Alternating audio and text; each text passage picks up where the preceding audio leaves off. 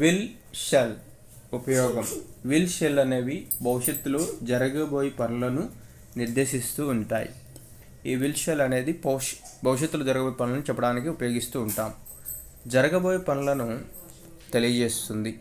Future actions అంటే మనం జరగబోయే పనులు అంటే ఏదైనా జరగబోయే పనులు చెప్పడానికి ఫ్యూచర్ యాక్షన్ అంటాం.